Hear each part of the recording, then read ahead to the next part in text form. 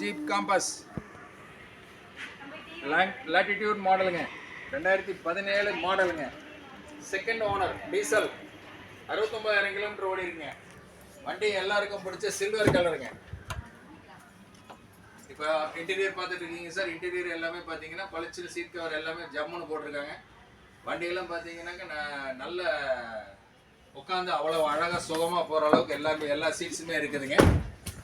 இப்போ back door பார்த்துட்டு இருக்கீங்க, பேக் சீட் பார்க்குறீங்க. பேக் சீட்டில் 3 பேர் தாராளமாக உட்காரலாங்க. அலாய் டிஸ்குங்க சார். பேக் சைடு வீடியோ பார்த்துட்டு இருக்கீங்க.